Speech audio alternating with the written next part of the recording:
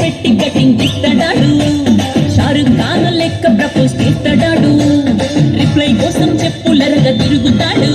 అరే ఓకే అని అంటి మహాబోయో గుర్రం అంటాడు ఒక్కసారి పడికి మహా లెక్క నన్న చెయ్యడు ఓకే అని అంటి మహాబోయో గుర్రం అంటాడు ఒక్కసారి పడితే మా లెక్క నన్న చెయ్యడు పడేదాకా పరేషాను చేస్తాడు వాడు